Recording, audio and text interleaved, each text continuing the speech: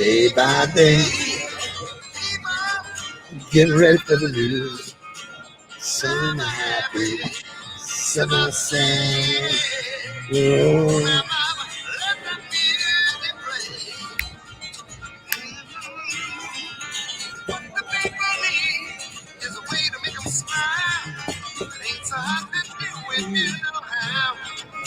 Gotta get a message, get it on through.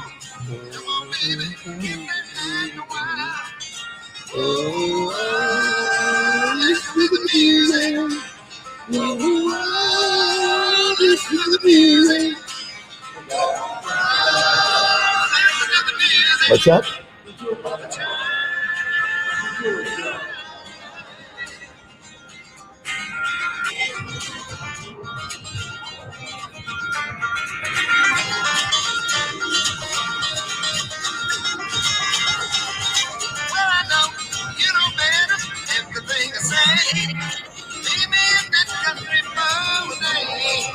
Good morning, Nudelberg Daily Huddle. I want to do the kid.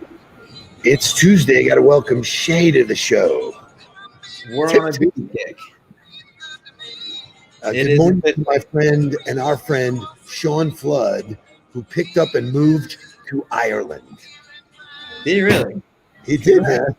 Congrats, amazing story. Can't wait to talk to him. I was slammed yesterday, couldn't get to it, but going to catch up with him today. Actually, top of the morning, he said. That's awesome. Top of the morning. He's already drinking Guinness. We know that, right? That's awesome. Welcome to Tip Tuesday, Terrific Tuesday, Tenacious Tuesday. Listen to the music Tuesday. All right, guys, man, welcome aboard. Tons of stuff to go over this morning. We were just discussing, the three of us, that, it's interesting that we, really take our time putting the content together. And there's so much going on in the world. We try and condense it in a way that makes sense to all of you. So first thing I want to start out with is the words to this song, Listen to the Music. I told you I'm a Doobie Brothers fan. Really loads of their content is amazing. But if you just think about this, what the people need is a way to make them smile. It ain't so hard if you do know how. It's awesome. I mean, drop the mic and tell me, got to get a message, got to get it on through and let the music play. And so, it's one of the rules in my book. It's one of the things that we do every single morning here is we start off with music, and music changes your emotion, changes your head, fills you with joy. And the Doobie Brothers fill me with joy. So there you have it. That's today's music. Couple of shout outs. Big shout out to Eddie Dykes. Eddie did my Tell Me Something Good this week, but he's been a loyal fan of the Huddle right from the get-go. And dude, thank you. Hats off to you. We received a gift card for Mark and I to go have dinner at Capitol Grill, and that is unnecessary but super cool and much appreciated between us, man. We know what that's all about. Very appreciated. Thank you, Eddie. Very appreciated. So thank you for that. And thank you to everybody who tunes in and all the messages.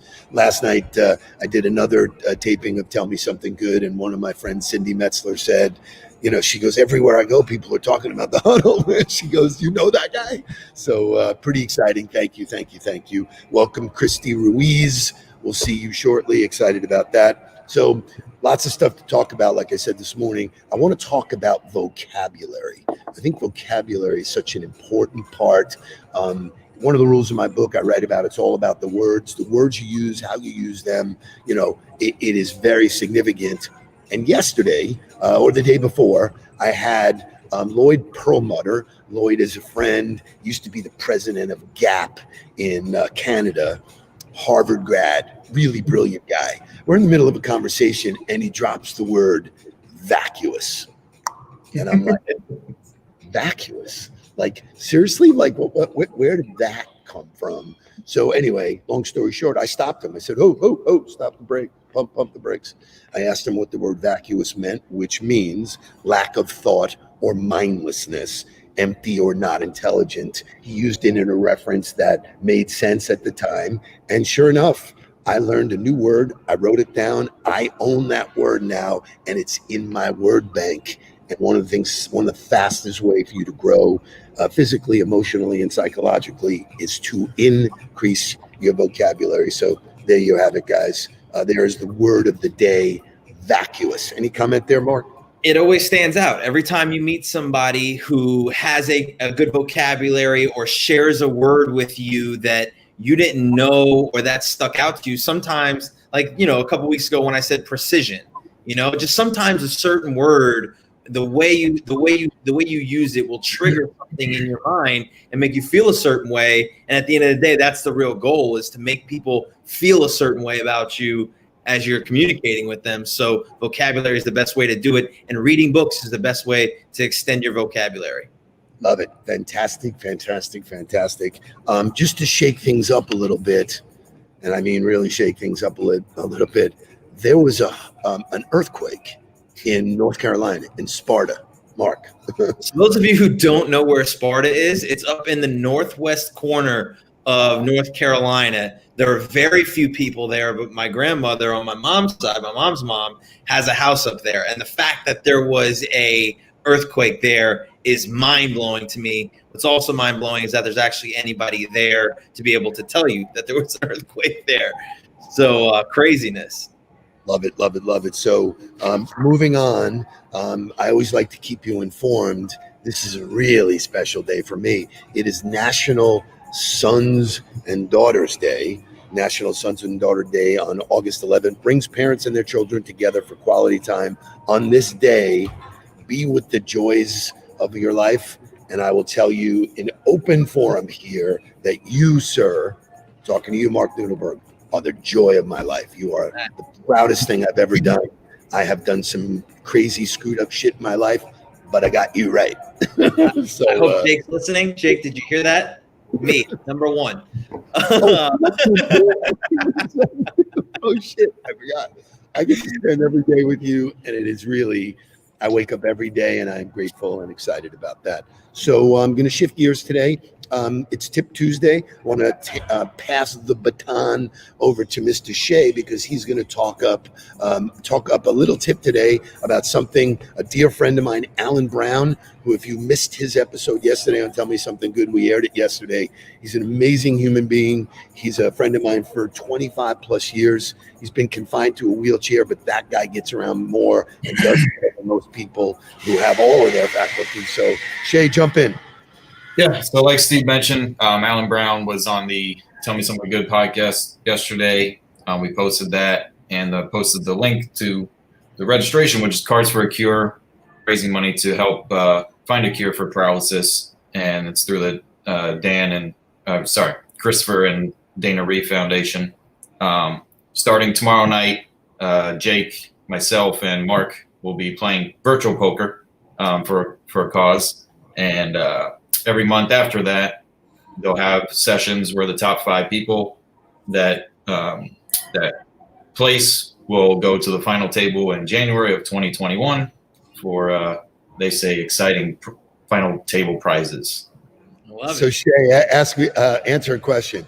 What is one of your favorite passions? Poker.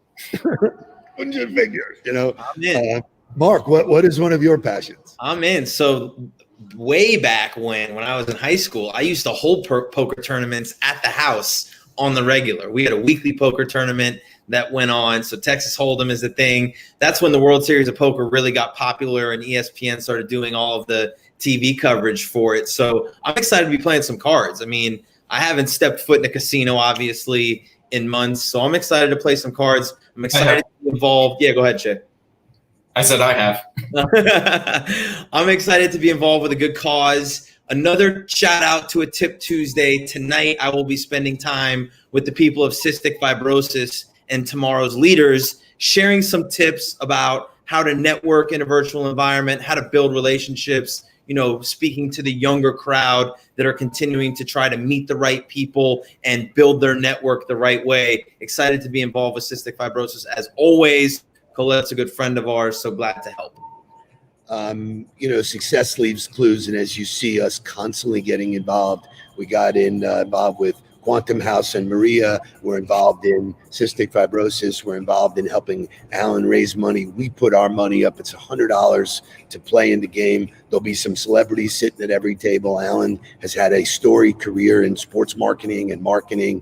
Now as the director of public impact for the Christopher Reeve Foundation. The stats are insane. 1 in 50 people deal with paralysis. That's 5.4 million people. That's the size of like DC and LA and Philadelphia all put together. So hopefully you guys have some fun, support it, spend $100.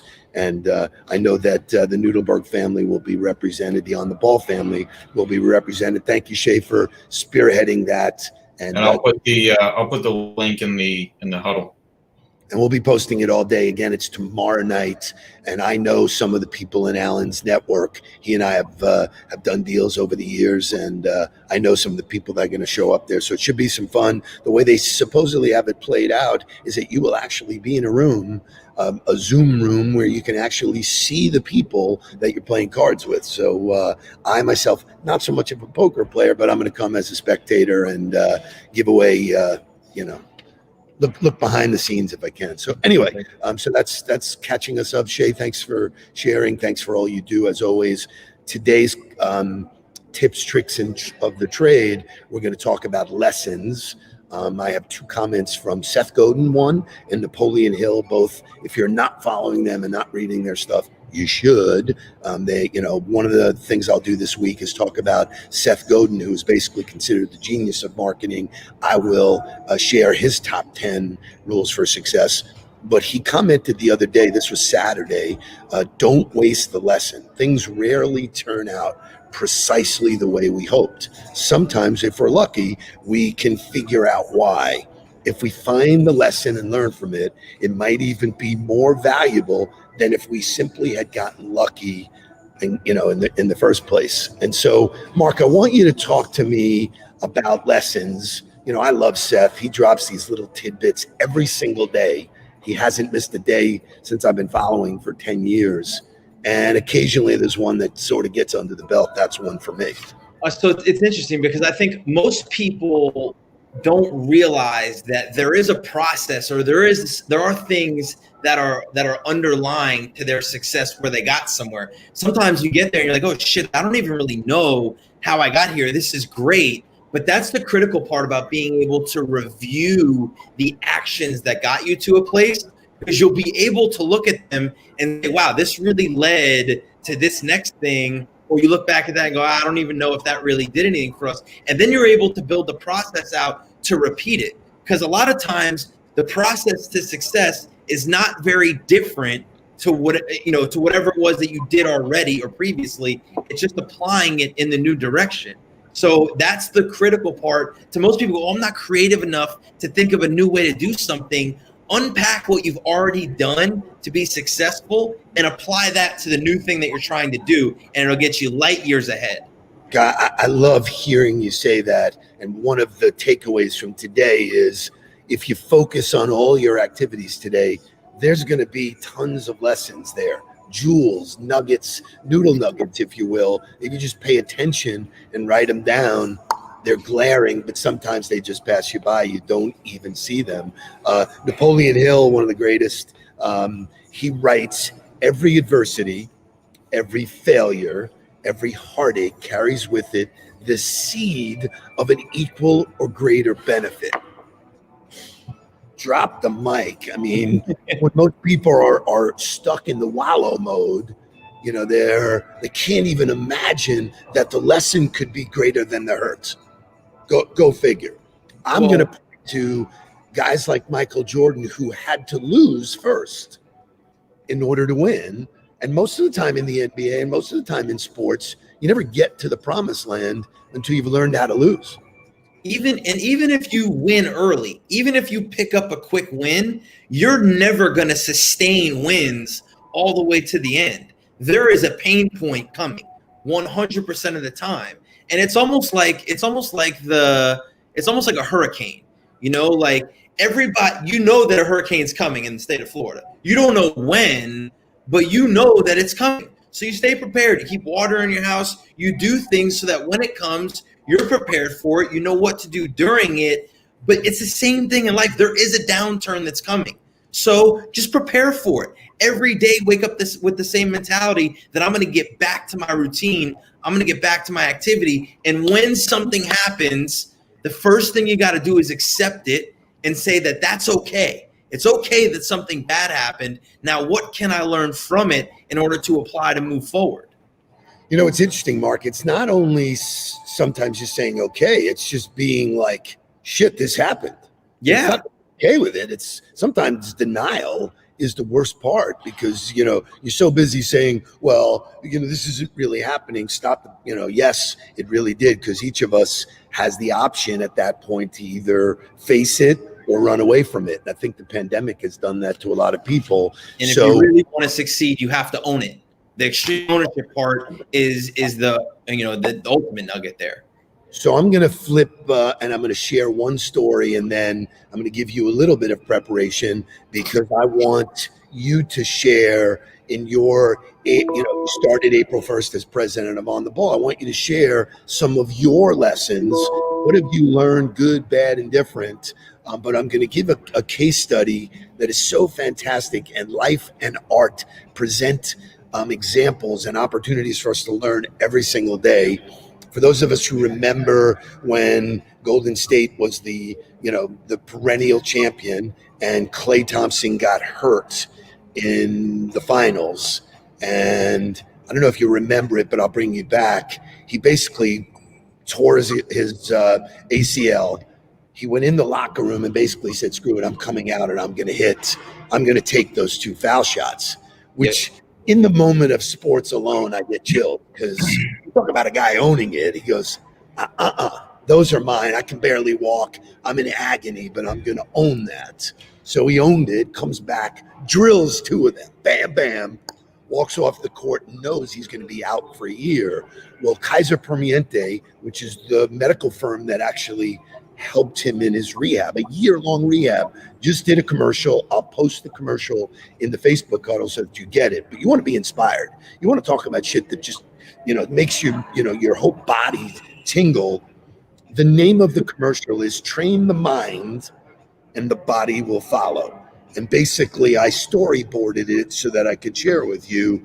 But he starts out by sitting there saying, you never plan for a setback. Nobody ever talks about, I'm going to get hurt, I'm going to get knocked out, I'm going to get fired, my business is going to close. No one ever talks about that. That's just not the way things are. And then he comes out and say, and it usually happens at the worst possible time. Okay, there's a guy who really owns it, right? You feel sorry for yourself, or, you know, you try and, you know, work harder, you talk about motivation, but basically the doctor says to him, the thing is, you have to look at the longer view, and it all becomes about one thing: repetition, repetition, repetition. And the end of the commercial shows him like in the clouds, just drilling foul shots. I got to tell you, I'm overwhelmed. I saw the commercial. I have played it a zillion times. I have a file that I keep some of the greatest Nike commercials. You know, I've used them in some of my seminars where I've opened up. Rise and Grind is one that's beautiful. But I want you to do 2 things, Mark. I want you to comment on the commercial, what it means to you. Shay, you can jump in as well, and then share with us some of your takeaways. So I think that it immediately applies to the fact that you have to have a plan. You have to know where you're going, but your focus can't be on where you're going. Your focus can't be 10 years, 15 down the road. Your focus has to be on the daily activity, which is really, really hard to do, because as soon as you get involved in the activity and that's what you're focused on, shit gets hard. It just gets hard. Your emotions weigh on you. Negativity weighs on you. The unknown and the fear of failure weighs on you. And so then all of a sudden you're stuck in this and you start to question, why am I doing this? Can I really do this? Am I really going to be successful at this? And so now your focus is completely distracted from what you should be doing and how you should be doing the activity. And it's on 10 years down the road. Am I ever going to get there? Is this ever really going to happen? I love it. So actually, the interview that they do with him speaks to the fact that he says, look, I'm already a 3-time world champion. I've already been to the All-Star game. I've got more money than I know. Why would I do this? And he goes, to prove it to them that I can. Just like seriously, it's unbelievable, So for me in business, I think that's the critical part that most people skip, is having a plan for everything they do. We talk about it all the time, the show up and throw up mentality in sales, but that's not just sales. I think people in general tend to just allow themselves to go through the motion and don't have a plan, even to the point where you should have a plan for every conversation that you have. So having that plan, but once the plan is set it and forget it. I'm not looking at, where will we be a year from now? I am looking at where we'll be 90 days from now, because I think that's important in pipeline development, to understand that your activities are leading to something and you stay on a 90-day calendar, or even shorter than that. Look at a week-long calendar, however it is that you want to create that turnover time.